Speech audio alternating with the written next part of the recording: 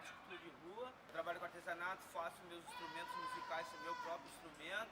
O instrumento é o tacofe, é um instrumento que sai o som do sax. Se você quiser aprender ou quiser comprar o trabalho, vem falar comigo. Eu vou mostrar um pouquinho da arte.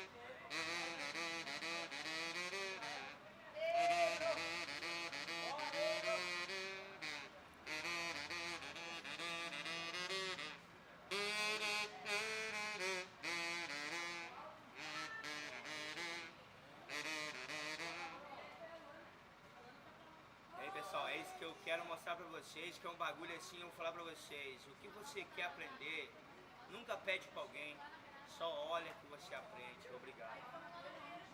Valeu? Ficou massa.